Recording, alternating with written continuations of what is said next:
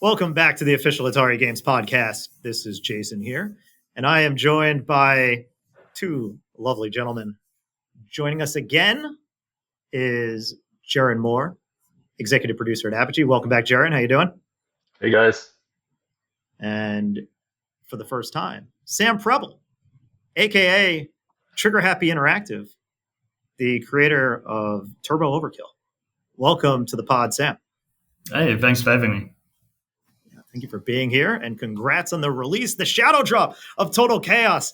That came out yesterday. When this podcast comes out, we hope everything went very well. I'm sure it did. We know it did. It's fine. It's fine. It's fine. And but we are recording this in the past. We're recording this on Tuesday, so Sam's just chilling with his legs up. Definitely, everything's cool. We're not freaking out at all. But it's very fun. It's very fun to be in this state of mind. So, before we get into it, we're going to play Total Chaos. We're going to talk about Total Chaos. I'm going to get all the details, all the background in the mind of Sam and why he made this very, interesting, thought-provoking, dark experience. What goes into that kind of man? We're going to find out. But before that, you can get into the mind of Ed Boon and friends if you play the Mortal Kombat Legacy Collection, which is available now. Check it out. Physical edition still available for pre-order, I think, on Atari.com. So check that out. And if you're playing it and enjoying it, I'm glad you are. Atari Club, Discord, join it. Link below in the description. Rate and review the podcast if you're back for more. Or if it's your first time here and you enjoy it, why not go over to your podcast network of choice and give it a subscribe. Give it a 5 stars. Say nice things. Say mean things. As long as you give us 5 stars. That helps the algorithm. Thank you for listening. And if you're on YouTube, of course, I read all the comments. So please comment. Let me know what you think. And that's that. Fellas, we're here to talk about Total Chaos, which is available now on Xbox Series consoles, PS5, and Steam. It launched yesterday, / 2 days from now from the time we're recording. So I'm going to stop stalling, and we're going to jump right into this thing. What do you say? Let's go. Here we go. All right. So, Turbo Overkill 2 Total Chaos. Why? I mean, I guess Total Chaos kind of kicked off me jumping into video games. It started out as a Doom mod. I had worked on it for a very long time. And then when I released the mod, I kind of just moved on and tried to do something different. I dabbled with a few mobile games and a few smaller projects, and then eventually landed on Turbo Overkill, which was kind of my dream game at the moment. At the time I started it. Because, I'm a massive fan of Doom and other first-person shooters, and those were the only kind of games I ever played. And then, once I finished it, it was kind of like, well, what the hell do I do now? And then, when I released Total Chaos as a mod, it didn't really gain a lot of traction in the beginning, but eventually it did get quite a bit of a following. A lot of really good video essays were done on it, stuff like, from people like Pyrocynical. Then as that fan base started to grow, I was kind of like, well, okay, maybe this is something I should try and bring back with a fresh coat of paint. And that's kind of, it felt like to me the next logical thing to try and make. Yeah, I think it's interesting. So what made you pick up development in Doom mod specifically? I started playing it when I was very young, probably like 5 or 6 years old, like way before my parents should have let me play it. But I was just obsessed with it, mostly from a technical standpoint. And when I found out you can make levels for it, it's just a instant addiction, and I just couldn't stop making stuff in it.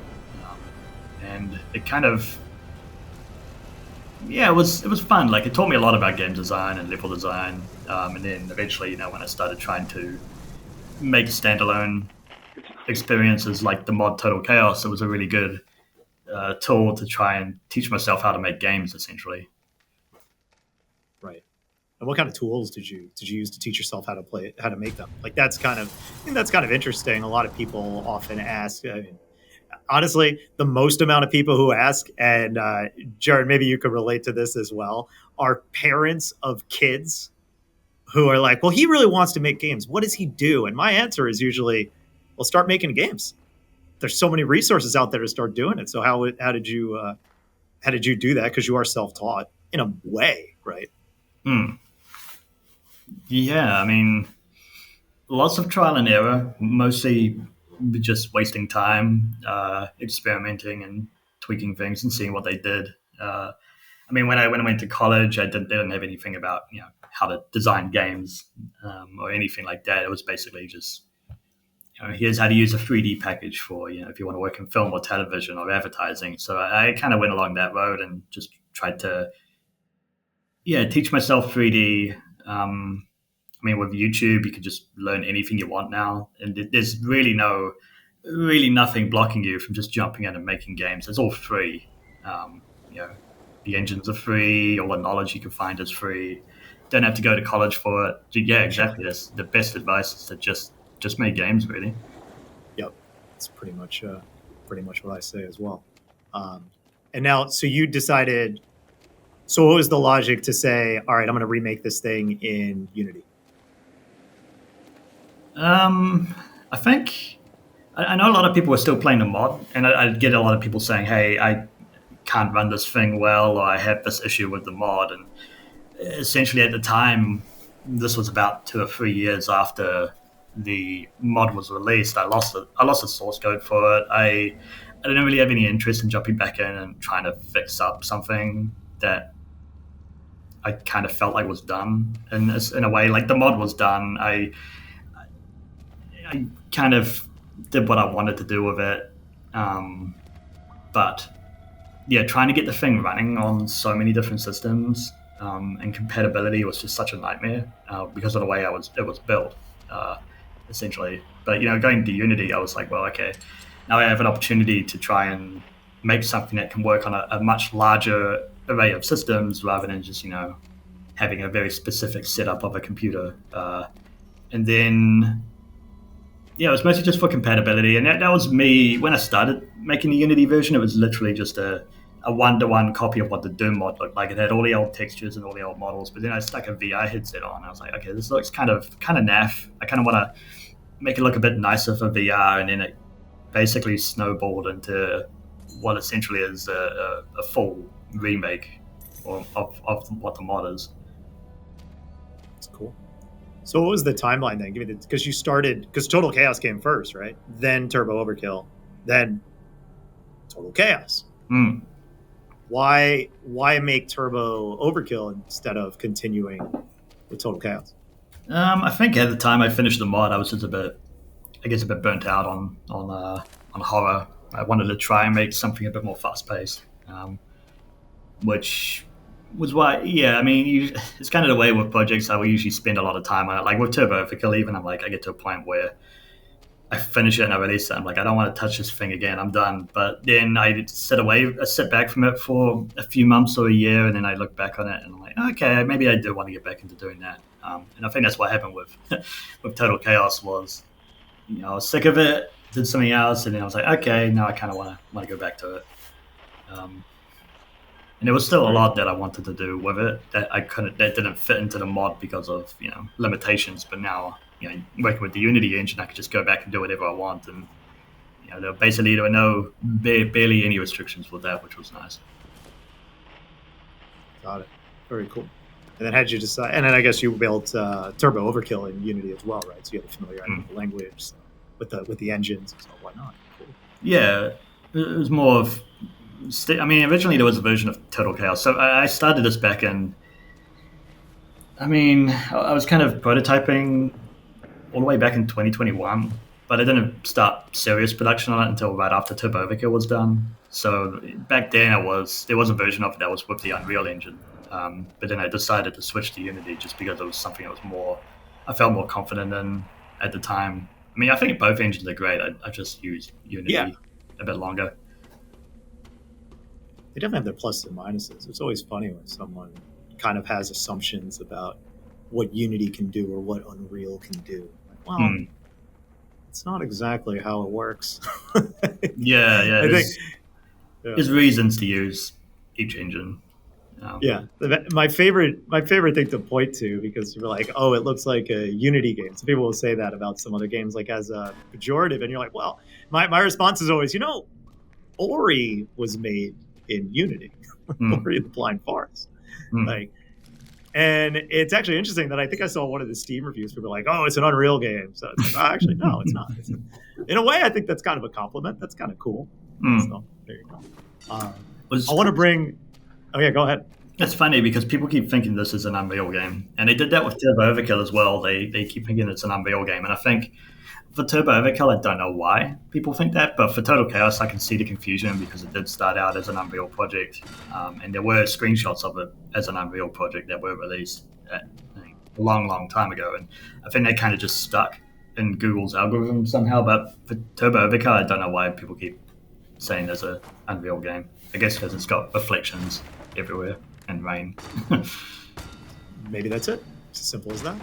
Hmm. So how did the relationship start with you and Apogee? I gotta bring Jeron into this conversation.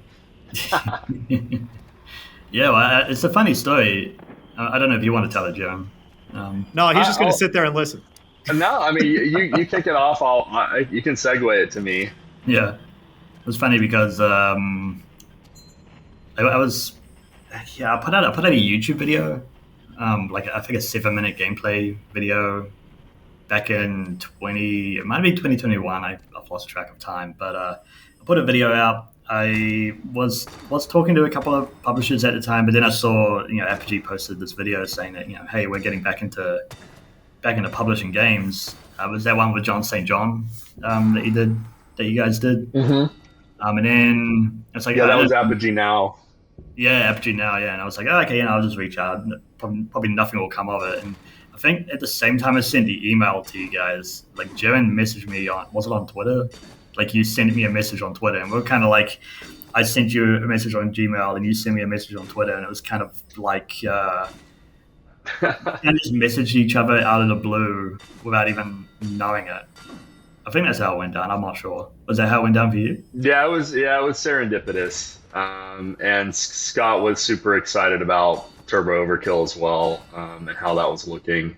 So, and then of course Sam won our hearts over after he made his introduction by, essentially saying that it would be a dream of his to have Turbo published by Apogee, since he grew up on Apogee games. And we were like, it'd be our dream to publish Turbo. So yeah, it was a start of a wonderful relationship that we cherish. That's awesome. Okay. Yeah, this wall that you're trying to break down here, so the button to your you got to eat some food, and then you got to charge your heavy attack all the way to full. Aha, there you go. All right, I'm gonna eat a meat can. There we go. But I think you got to press X on it to eat the can. My bad. Whoops. You think I would know? If you charge it all the way up to full, you should smash it down. Damn. Oh man. Yeah. And like that. Yeah, it's good stuff. Cool. That's awesome. And then, of course, we were brought into the fold probably like, well, why is this on the Atari podcast? What's going on? Why are we talking about Apogee? It's similar to the Wizardum discussion, where we were brought in to do the console publishing of the game, bring it to Xbox and PlayStation, and here we are.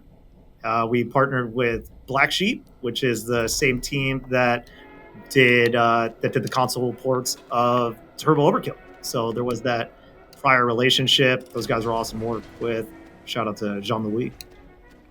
And here we are with the kick-ass release of Total Chaos. Now, how do you kick this idea around in your mind, Sam? Like, have you always been interested in things like horror? Because you mentioned playing games like Doom and old school games like that, but this kind of game feels more inspired by the likes of Condemned or Resident Evil, or there's survival elements for sure. There's also some crafting elements, light crafting elements. Like, so what other sources of inspiration did you have when going into this? Yeah, it's funny because all the games you just mentioned, I had never played them until about a year ago, and I never played Silent Hill until I only played Silent Hill 2, the remake.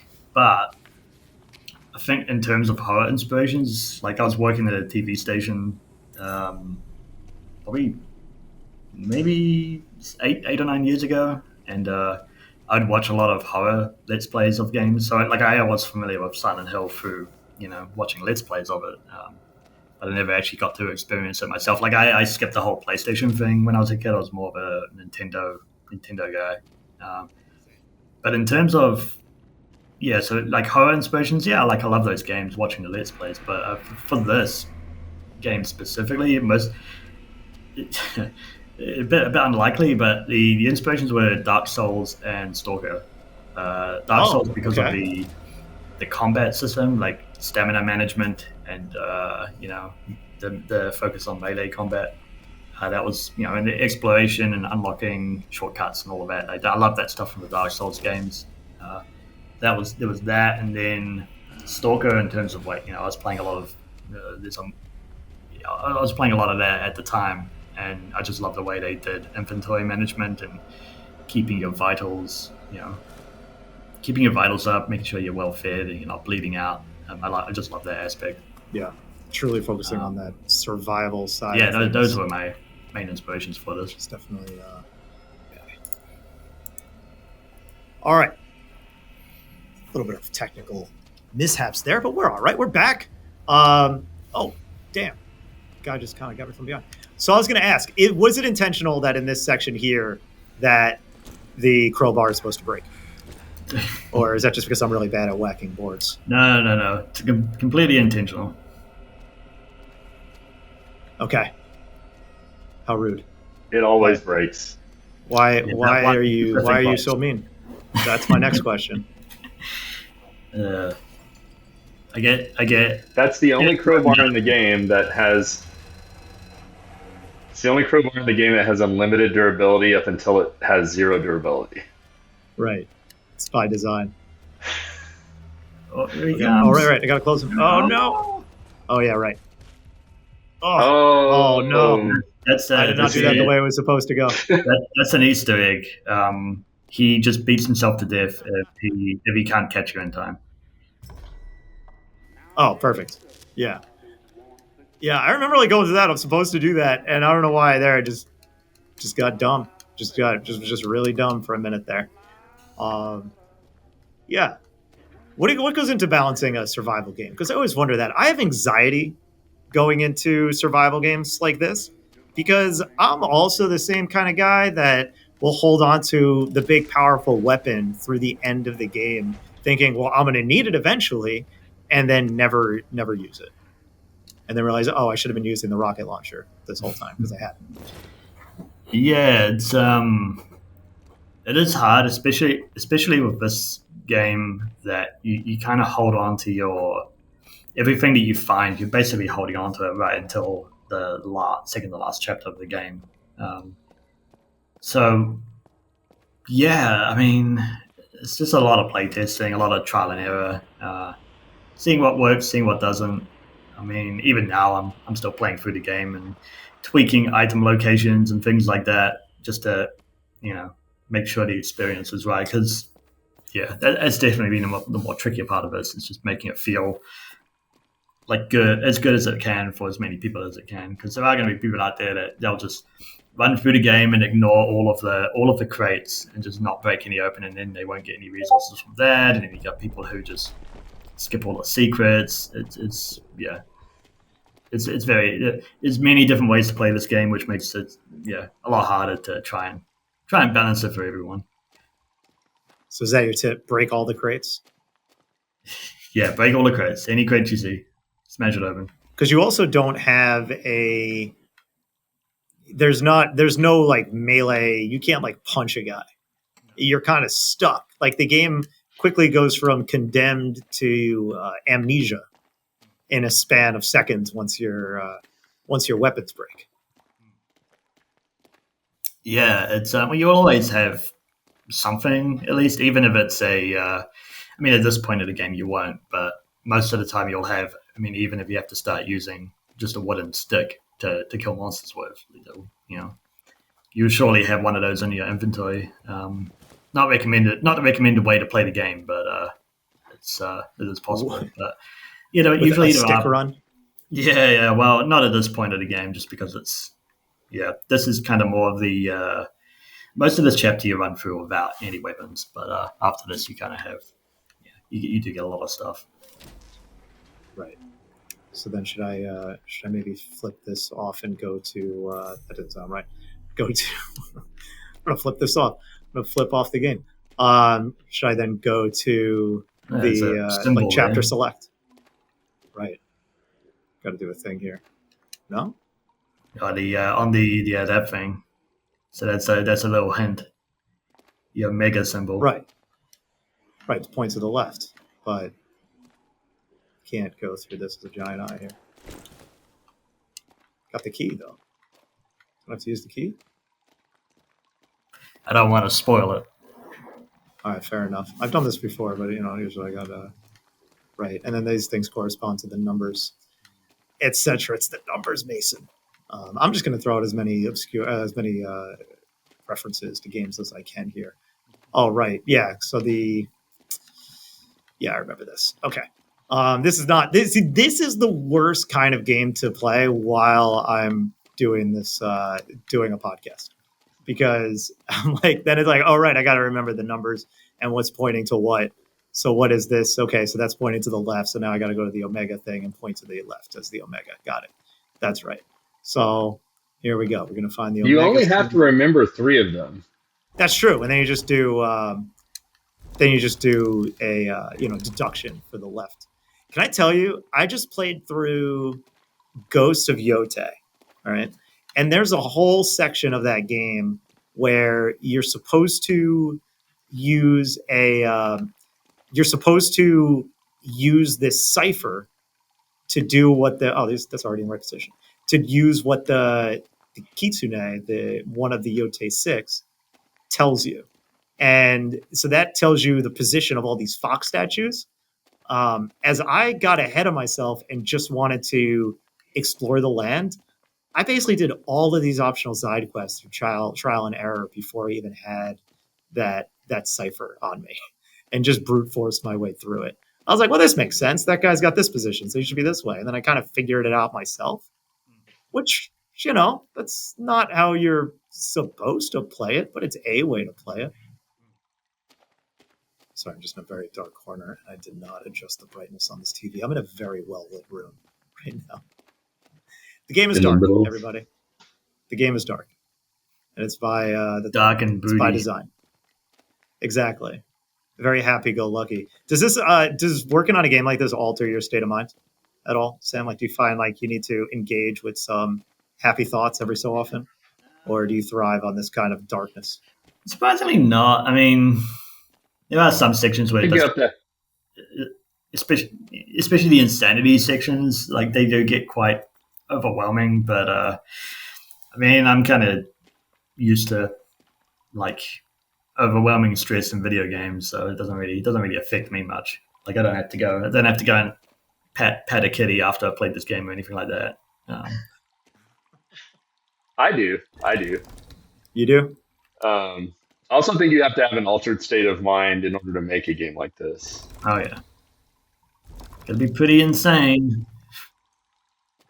Yeah. Do you think that's the case? Do you think you have to be someone who you got to point me in the right direction? This other thing, otherwise, Jeron, you want to do it or? Well, which ones have you triggered? You've triggered the. I got the sword and the omega. Oh, okay. Well, you got to do that one. The wheel, the steering wheel. That one should be yeah. Sorry, yeah, up, not left. I'm testing your knowledge as well, Jim. Oh, thanks. Well, nice. So this one's got to be up, and then that one there's you can deduct this one, I believe. Yeah, I think you've got it because it's not letting you turn it anymore. Yeah, there we go. Well, that's the other thing. I don't have sound on because I want to just hear your voices. So I want to focus on that.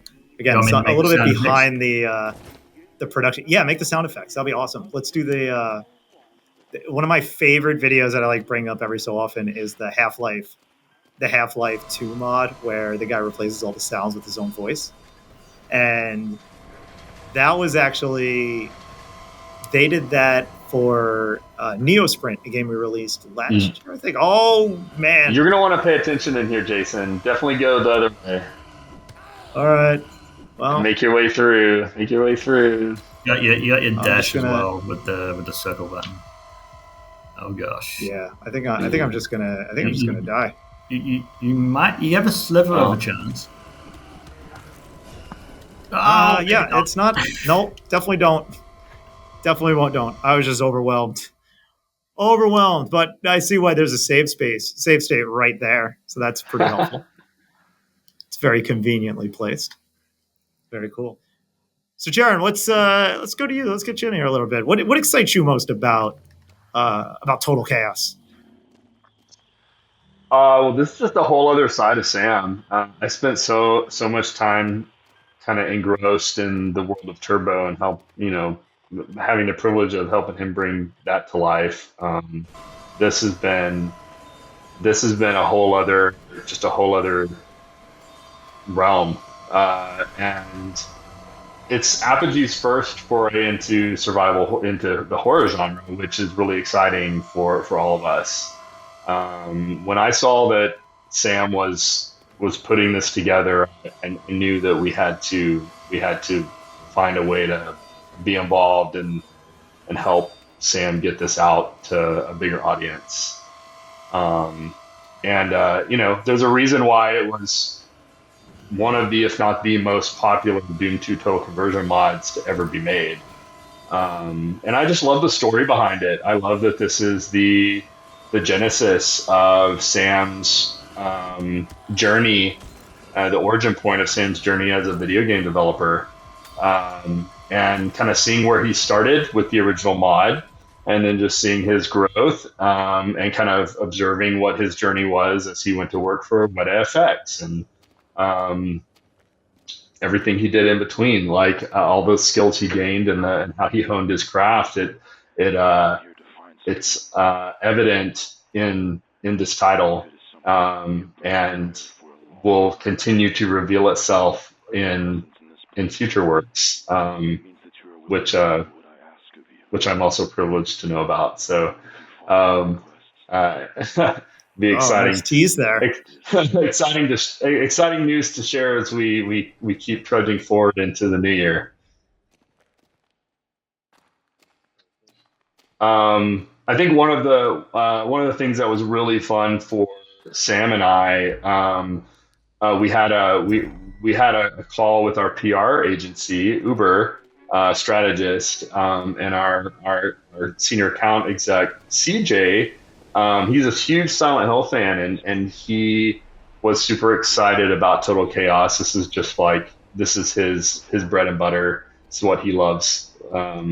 It's the genre he loves the most, and he's a huge Silent Hill fan, and was like, Jeron, how could we get someone like a guest artist to come and do some music for Total Chaos, like Akira Yamaoka? And I was like, well, I met Akira Yamaoka 20 years ago. I can just reach out to him, and we did, and with Sam's blessing, just assuming, wanted to make sure that fit his vision, and turns out Sam really loves Yamaoka-san's work as well, and after explaining the project to Yamaoka-san, he was excited to contribute. So we found a way to loop him in at a late stage in the project, but then weave his work kind of retroactively throughout the game in a way that really works, and it's really turned into something special. So we've already been hearing little hints of Akira Yamaoka's melody while you've been playing, but these little hints that you hear along the way, they're not going to really fully crystallize until you get further into the game. You mentioned Sam and Weta, and I kind of want to lean into that a little bit because Sam, you have background in visual effects, right? So what did you do at Weta? Maybe speak a little bit about that for us. It's very there's a lot of simulation stuff. Like I was working for the creatures department, so it was literally it's nothing too glamorous. It was basically running simulations on characters and making sure that nothing glaringly obvious breaks on them. There was the occasional fun job of if like somebody's cape didn't simulate correctly, I'd just go in there manually and animate it frame by frame until it looked right. There's a few things like that. I did some work on Avatar with a lot of plant simulation in there. That was kind of my first gig. I think when I must have been 19 when I started working there. So that was kind of a pretty big deal for me back then. Like I didn't care what I was doing. I was just glad to be working on a big blockbuster. So that was a fun time. But yeah, I mean, I learned a lot from working at those places, especially with how pipelines are established and how you handle assets and project. A lot of boring stuff like how do you handle project directories and whatnot. Yeah. One of the reasons I asked is because I spent a good time just chilling in that big open space, and I love the kind of weaving of it looks oppressive. Like I mean, that's a compliment to the game's design and the character, right? Like you want it to be this oppressive experience. It's horror, right? But there is that elation or that feeling of relief when you end up in these beautiful open spaces like I was just in before.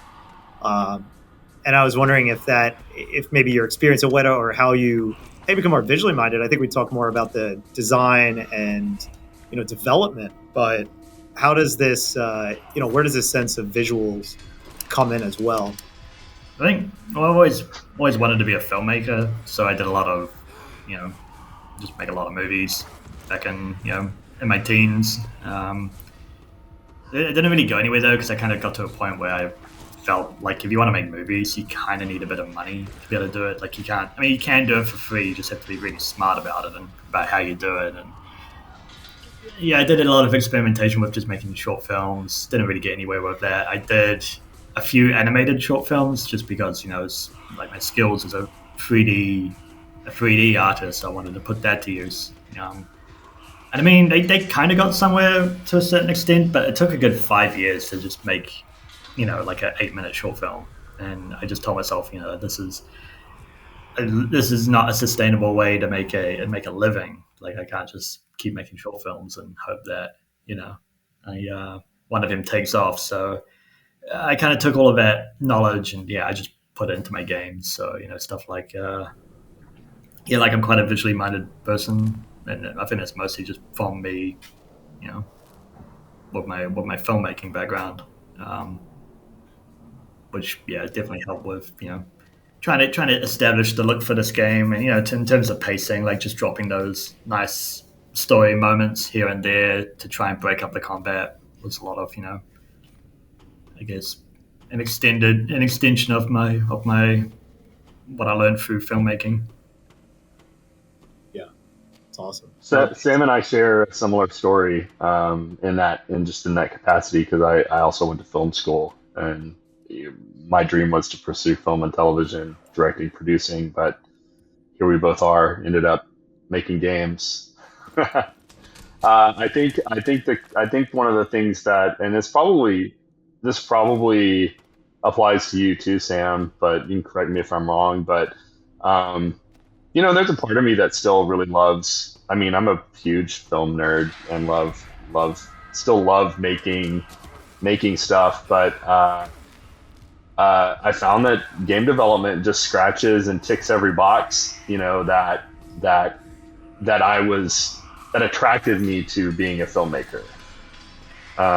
And that's creating experiences that audiences can enjoy, evoking emotion, taking them on a journey, putting a smile on their face, and really kind of authoring that experience to a degree that makes it unique unto itself.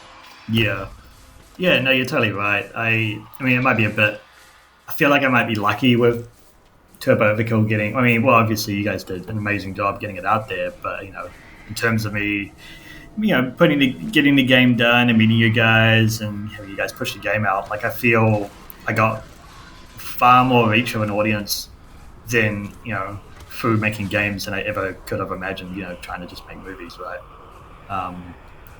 And also, you don't need a lot of money to really make a game. Like, you can make a game for free and put it online, and potentially millions of people will play it. But with films, it's like you kind of have to just stick it up on YouTube and make make a few dollars off advertising revenue. Or, I mean, that's just been my experience. I'm sure I'm sure.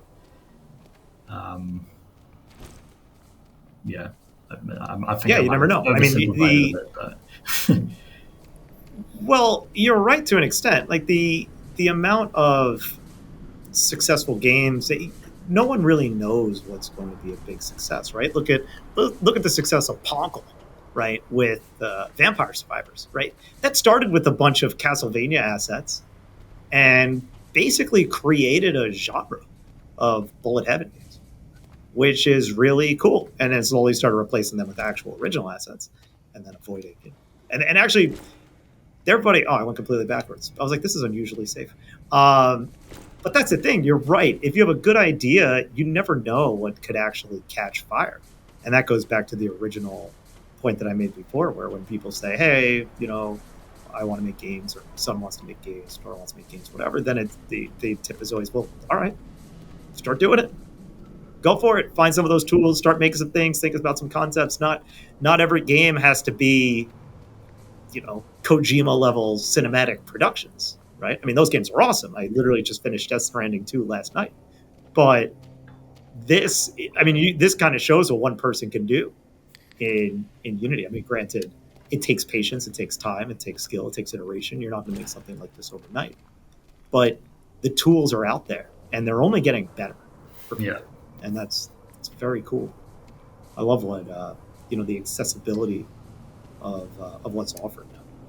Yeah, there's just so much more you can do with a video game than you can with any other media, which really excites me.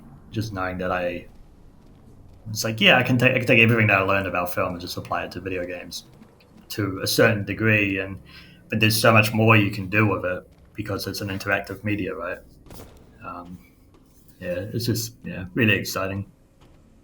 All right, tell me what Oh, go ahead. Is there a weapon I could grab to beat that? No, but you might want to use a health pack in your inventory. I did before, those around me. Yeah, so all those flashing things, you want to use them. So you got the bandages on the far right. That'll stop your bleeding. Now, when you walk into this area, usually if you have sound, you'll hear it. But that's to the issue, right? Yeah, that's the issue. It's like you hear a big scream, and then you instantly know you're being chased. But to your right, there's a guy right behind you. Yes, there he is. Yeah, I just dodged him really well. All right, here we go. There's a key in this other room. All right, sorry I cut you off when you were saying something that was probably very useful. You gotta grab the key and then you just gotta get the hell out of there. So you gotta go back the way you came. Yep. Yeah. All right, I'm gonna make it. I'm gonna get out of here. I got this far before, and then his buddy showed up. He was very rude. He wasn't nice. They seemed like buddies themselves, but they were not looking for another friend. And behind you? Yeah, I know. There's a guy. Oh, that's where I want to go? Okay. No. And then when you go here, take a left and then a right. All right. Sweet. Yeah, you got it. You're in the clear, I think. In the clear. You think? Ah! In a regular game, in a you're not in the clear. Yeah, they are still chasing me. There you go. He won't come outside. They don't come outside? No. They don't like it outside. All right, safe. It's safe for now. So now you're getting to a point where you do start getting weapons, and you're going to be expected to to kill some monsters. Right. That's what I'm talking about. Cool.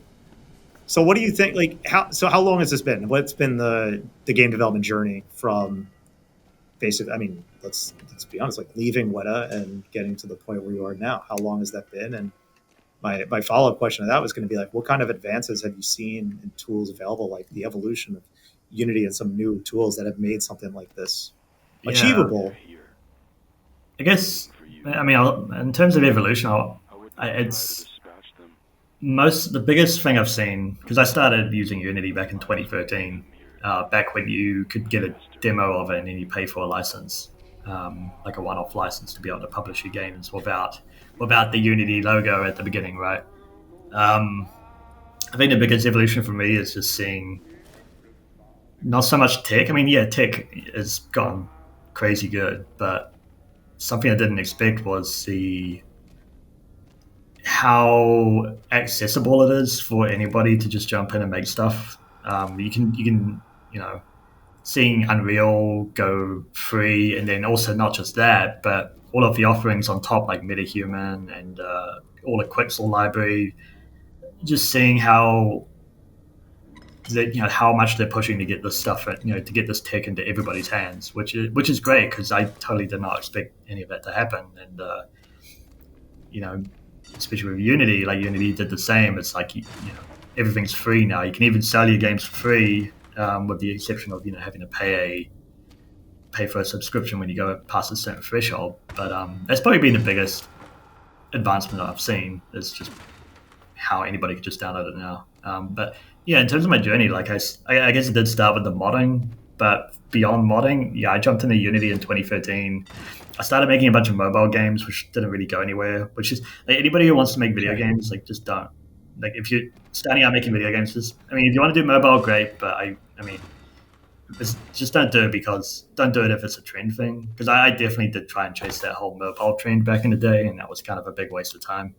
Well, I guess the caveat to that, and this is the other point, is like, it depends what you're trying to do. If you're making them for fun, it's a good way to make games pretty quickly and rapidly, especially now that a lot of people are growing up with games on their phones.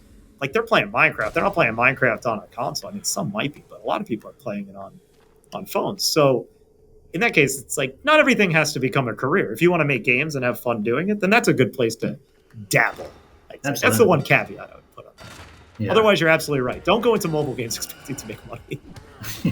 Yeah, like I'm kind of annoyed at myself, because like I knew I wanted to make something like Turbo Overkill back when I started with Unity in 2013, but I don't know why I didn't do it. I would have loved to try and make like it turned into the boomer shooter genre, right? Like but I would have loved to try and make something like that for PC back in the day. But I mean, eventually I got there about 10 years later. But yeah, if you're gonna if you jump into Unity, make what you think is fun. Make the kind of game you want to play. Don't just make what you think is gonna sell, right? I mean, yeah, obviously you do need to have that in the back of your mind, but I mean, if you're not having fun making it, then I don't think people are gonna have. I don't think people are gonna have fun playing it. And the passion's going to come through as well. Yeah, right? Yeah. Like I've played so many games that I was like, this is not a polished experience. I don't even know if I'd necessarily call it a good one, but I'm enjoying it. And I think a lot of it comes from the heart of the people making it. Like that's been quite a few times I've played games like that. This isn't one of them. This one's just great across the board.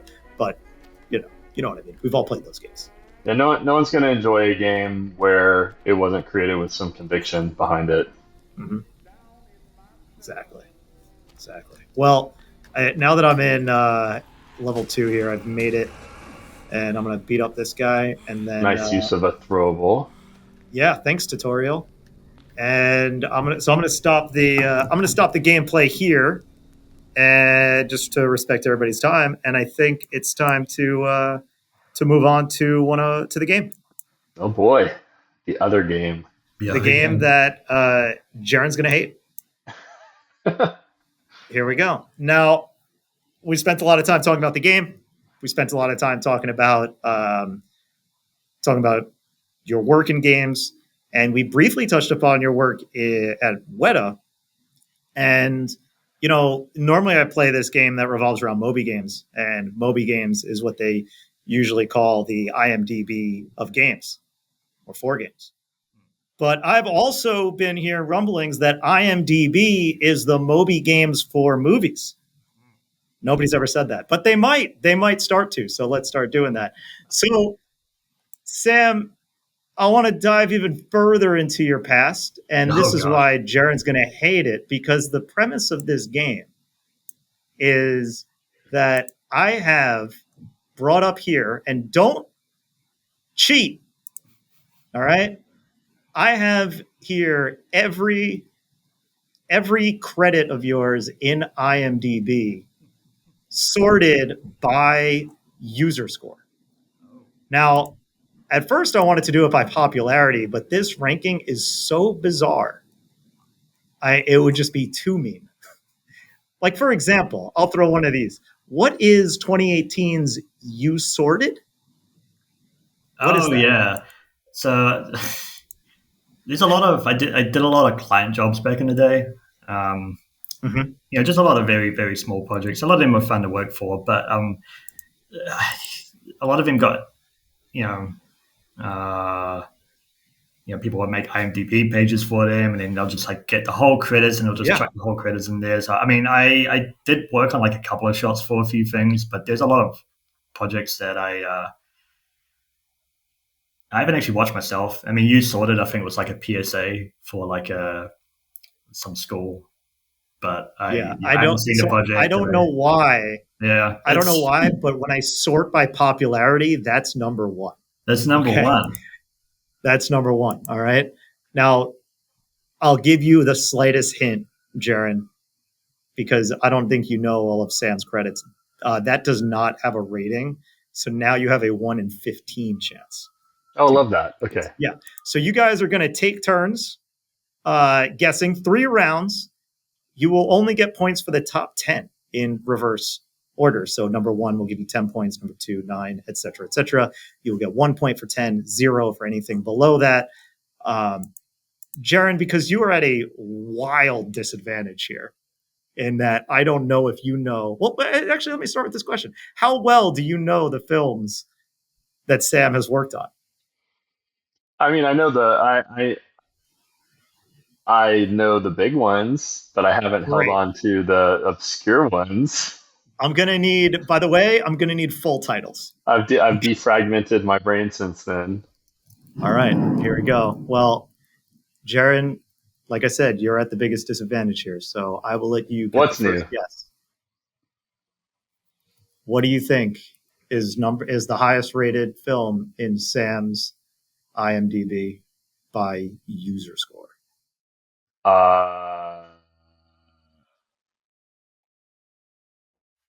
Avatar. See, this is what I'm talking about. This is how handicaps work, everybody, because Jeron comes out strong with 10 points.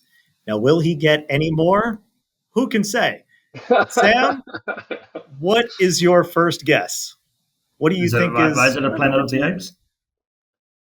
Rise of the Planet of the Apes? Oh, I'll say this. Avatar number 1 with a 7.9 user score, but it's got 1.5 million reviews on IMDb. Rise of the Planet of the Apes. So am I guessing the first one or like the highest rated one?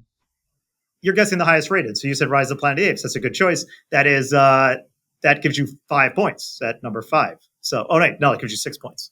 So that gives you 6 because that was number 5 with a 7.6. So you are on the board. Jeron, will you keep the lead or will you start Yeah. Adventures of Tintin. Give me a full title. Sorry, you want to say what you just said again? The Adventures of Tintin. There it is. That's right. That's number 6. So that gives you 5 points. I didn't hear the, so I just wanted to make sure. I wanted to make sure we got exact titles here. All right. Wow, here we go. Jeron with a strong 15 points. This is going better than I thought. Sam, your next guess. Oh, by the way, that has a 7.3, which is, can I just say, first of all, I got two things to say about this. One, that is unacceptable. All right. Because The Adventures of Tintin is a masterpiece of a movie. I love it.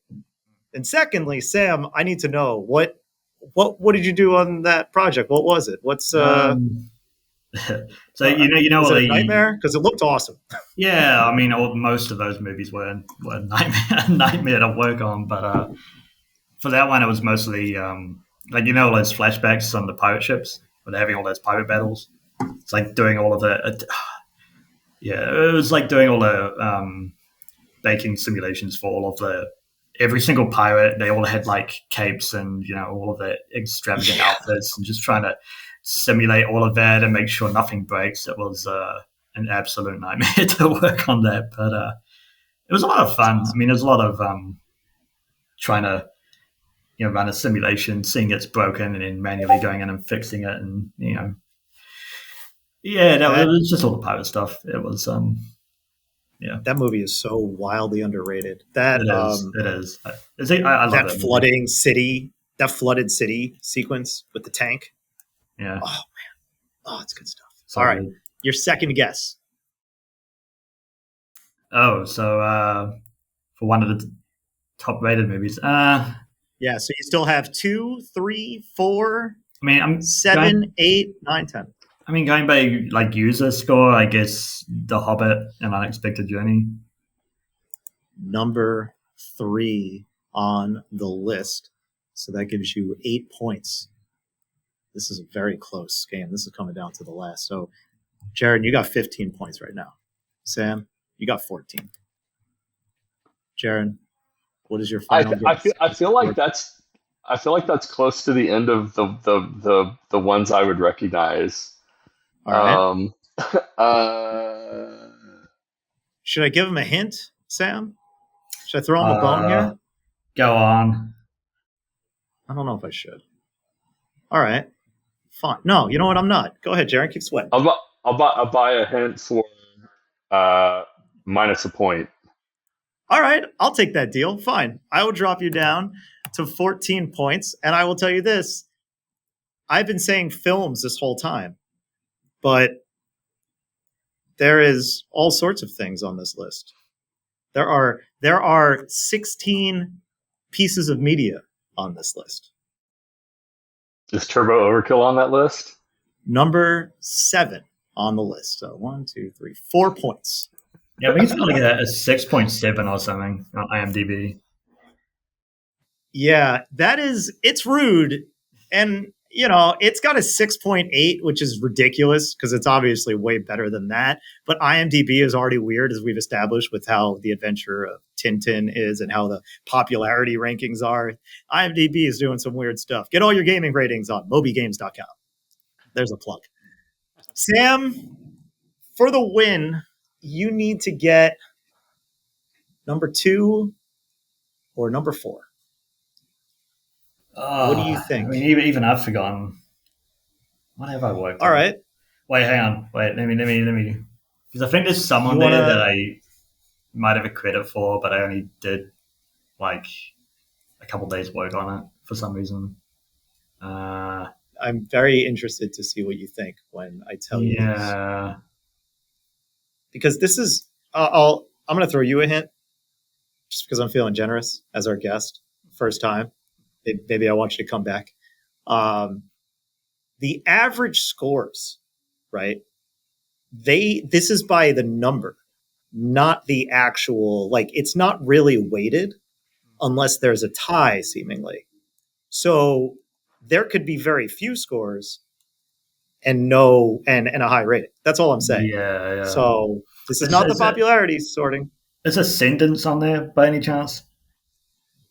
Is that your guess? Yeah, that's my guess, because I know that had a high score but not many ratings. There it is. Number 2 on the list. Hey, he won. I don't know what that is. What is it? What is Ascendance? All I know is it's a 2018 short that's 27 minutes long, and it's got a 7.9. Number 2 on the list. What is that? It's like I haven't actually seen the whole thing, but the stuff I did see from it was quite neat. It's like a sci-fi sci-fi action short. Yeah, from what I did see, it looked cool, but I haven't seen the whole thing yet, unfortunately. Yeah, people seem to like it. Some people seem to love it. I'm trying to see if this guy who directed it did anything else. Yeah, he's done some stuff. He's done some things. Cool. Good stuff. Well, you did it. You won. The rest of the list. So you got Avatar at the top, Ascendance, The Hobbit, An Unexpected Journey. Some Riot is number 4. That is a 5-minute short. Then Rise of the Planet of the Apes. Yeah. How did you feel War of the Planet of the Apes did? Did they do a decent job as a successor with in the visual effects department? Yeah, I mean, that whole trilogy, well, it's not a trilogy now, it's 4 movies now, but that whole, everything. Oh, Rise was the first one. You're right. I was thinking it was the second one. Okay, got it. My buddy worked on War of the Planet of the Apes at Weta, so that's why I'm asking. Nice, trying to see what you thought. I was looking for some drama. Anyway. That did an incredible job of all those movies. And you've lived in Christchurch, you lived in Auckland, you're now back in Wellington where Weta is based. Right? Yeah. Wellington's awesome. Good stuff. To round out the list, number 5, Rise of the Planet of the Apes. Number 6, Adventures of Tintin. Number 7, Turbo Overkill. Number 8, this is just a great name, Bite Size Halloween. Oh yeah, that was yeah, it's like an anthology series or something. On Hulu. It says a TV show. Yeah. It says it blends horror, comedy, sci-fi, and thriller elements while exploring contemporary issues, as the best horror and thrillers do, and sci-fi. So that's good. Fetch, number 9. It's another short. This one's great. I'm kind of bummed that you didn't think about this, but I get it when you're thinking about ratings. Number 10, Abraham Lincoln Vampire Hunter. I forgot you were on that one. Yeah, that was a journey. And then just to round out the list here, number 11, this giant paper mache boulder is actually really heavy. Yeah, that was I did all. That was probably the biggest one I did. Was the only visual effects artist on that movie, and it was about 800 shots. Whoa! Wow. Yeah, that's a full movie, hour 52, like 2 hours or something. So it's about 2 hours film, and about 80% of it was visual effects. I have a question. How did you guys refer to the film's title internally? I just called it Boulder. It's easy. Type in Boulder, done. That's a lot of words. That is a lot of words. This is the summary of that movie. 3 ordinary guys are thrust into a parallel world of an old sci-fi movie. Trapped in a low-budget universe, they must somehow fight their way home before it's too late. That sounds fun. Yeah, it's okay. A pretty fun movie. There's a lot of like Kiwi humor in there. Oh, all right, that could work. People like it. People love Thor Ragnarok. A lot of Kiwi humor in there. Very true. 12 Bite-Size Halloween showed up again, but it calls out a specific episode, Creature, where the E is in parentheses. I don't know what's up with that. Then Contract Killers at number 13, Good Morning Stonus, which is a short. At number 14, Love Bites. That was Love Bites was one of the 5-year movies that I made. I think as far as I went was. It did a few festivals. It went to one of the big Chinese international film festivals, which was pretty cool. Awesome. I got to fly out there and go see it, and do a week of interviews and stuff. But yeah, that was kind of actually, I should post that one to you, Jeron, because that's. Oh, this is awesome! I'm looking at please. This looks great. Please do, Sam. You have it on Dropbox? Okay, yeah, I'm pretty sure I do. You figure out that handoff off mic. I'm just kidding. And number 16 is You Sorted? ? I just don't know why that's a question. Anyway, we did it. We're at the end, fellas. Sam, you won a game that was very much weighted in your favor, but thought it would be very fun to also dive into that history of your filmography. So, That'd be yeah. pretty cool. And now that we're done playing Total Chaos, got to pet a kitty. Yeah, and if you're watching on YouTube, there's a cat. So Jared is now holding a cat. Right on cue. Yeah, perfect. So Sam, as you won, you get to make any plugs if you want to direct people to your socials where you can be found on the internet. Now's the time to do it. Yeah, I got my personal Twitter, which I need to bring back online, at Wadaholic, WADAHOLIC. I'm also on Discord, so there's a Total Chaos Discord channel.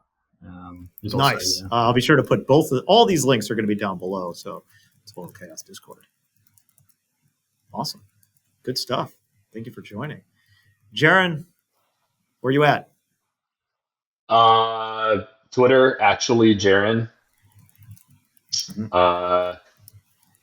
And then that's probably the best place. Jeron Moore, all one word on Instagram. Those are the two best places to find me. Okay. Good stuff. Yeah. Don't be duped by not actually Jeron. That's an imposter. And you can the other Jeron Moore works at Xbox. He will respond. Oh, that's cool. Oh, that's fun. All right. Well, there you go. Message Xbox. Say, hey, thanks for putting this game on Game Pass. Did I mention you can play Total Chaos on Game Pass with Xbox Play Anywhere? Yeah. Hey, well, let me do that again. You can play Total Chaos on Xbox Series and Xbox PC with Xbox Play Anywhere and on Game Pass. So if you're subscribed to Game Pass Ultimate, I guess. Yeah, if you're on Game Pass Ultimate, you can play it right now. If you want to buy it, you can do that too. That's on Xbox Series, PS5, and Steam. So do that. You can follow me on Blue Sky at Jays of Doom. You could also just comment on the YouTube channel. That's cool too. I'll be checking out those comments. Remember to review us, subscribe, like us, etc., etc. Till next time, thanks for listening. Thank you again for joining, guys. Congrats on the release. Game is amazing. Look forward to hearing all your feedback, everybody. Catch you on the next one. Bye. Thank you, Jason. Thank you.